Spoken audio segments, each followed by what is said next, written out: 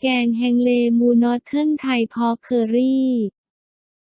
Ingredients: 2 tablespoons coconut or cold-pressed peanut oil, 5 tablespoons prepared Thai red chili paste, or more if you want to increase the heat, 1/4 cup thinly sliced red Asian shallots, 3 tablespoons minced garlic, 2 tablespoons freshly grated turmeric root, or 1 tablespoon powdered, 1 teaspoon Indian curry powder, optional, 2.2 pounds pork shoulder cut into rectangular pieces, 3 to 4 tablespoons Thai fish sauce, 2 tablespoon dark sweet soy sauce, 1 1/4 ounce palm sugar / 4 tablespoons, or light brown sugar, 3/4 cup plus 3 tablespoons tamarind water, 4 cups water plus about 1 cup more is needed, 1½ teaspoons ma-khwaen, if available, 1/4 cup peeled thinly sliced ginger cut into thin 1-inch matchsticks,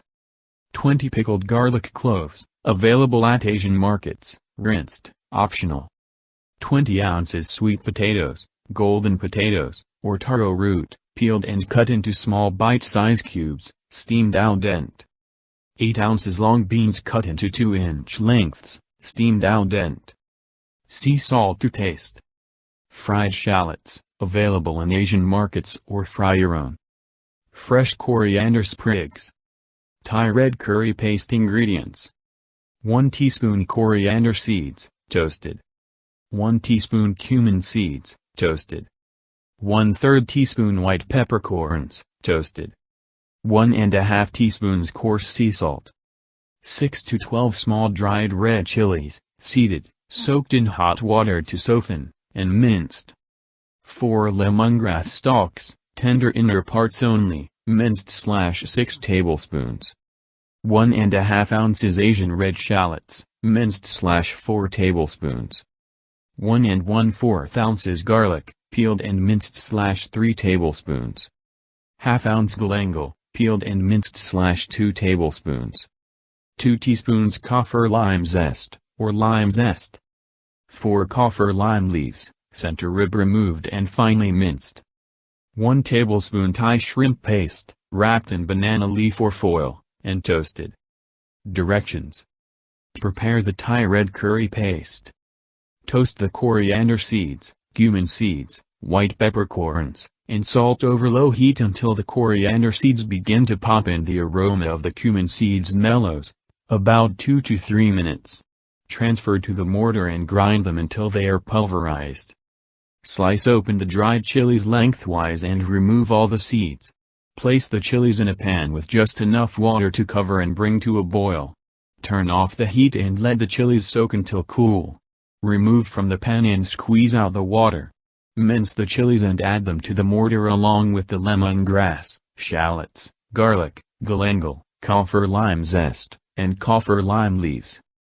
Begin grinding the ingredients together, working from the center and pulling the ingredients up the sides of the mortar while grinding in a clockwise direction. Push the ingredients down into the center of the mortar and pound them together. Keep repeating this pattern until the ingredients are emulsified and the paste is relatively smooth. This will take about 15 minutes. Feel free to take a break now and again. It is a bit of a workout. Once the paste is relatively smooth, wrap the shrimp paste into a banana leaf or foil packet and toast in a dry pan for about a minute on each side. This will soften the shrimp paste and intensify the flavor. Scrape the shrimp paste into the mortar and work it into the paste for about 2 minutes. You want to be sure it is completely incorporated. Heat the oil in a large heavy-bottomed pot set over medium heat. When the oil is hot, add the prepared Thai red curry paste. Stir to break it up and cook until the paste is fragrant and a slightly deeper red, about 3 minutes. Stir in the shallots and garlic and cook until softened, about 3 minutes. Add the turmeric and curry powder, stirring it into the mixture. Add the pork to the pot and toss with the ingredients until evenly coated. Then stir in the fish sauce and dark soy sauce, coating the pork evenly. Stir in the palm sugar and continue stirring until the sugar is melted.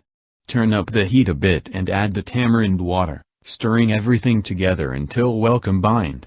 Then add 4 cups of water and stir. Once the liquid begins to boil, lower the heat until just barely simmering.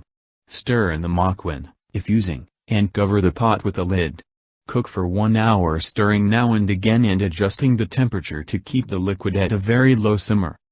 Remove the lid and stir in the ginger. The broth will have reduced somewhat, but it should still be soupy. If not, add another cup of water. Continue to cook partially covered at a low simmer for about 45 minutes, stirring from time to time. Check the pork for tenderness, keeping in mind it should not be falling apart, but very tender. Skim off most of the fat that has risen to the surface, leaving a little fat to add some flavor to the broth. Stir in the pickled garlic and steamed sweet potatoes, golden potatoes, or taro root, and cook 10 minutes, or until the potatoes have softened. Add the steamed long beans and cook 2 minutes. Remove the pot from the heat and let it cool down a bit before tasting. There should be a balance of flavors.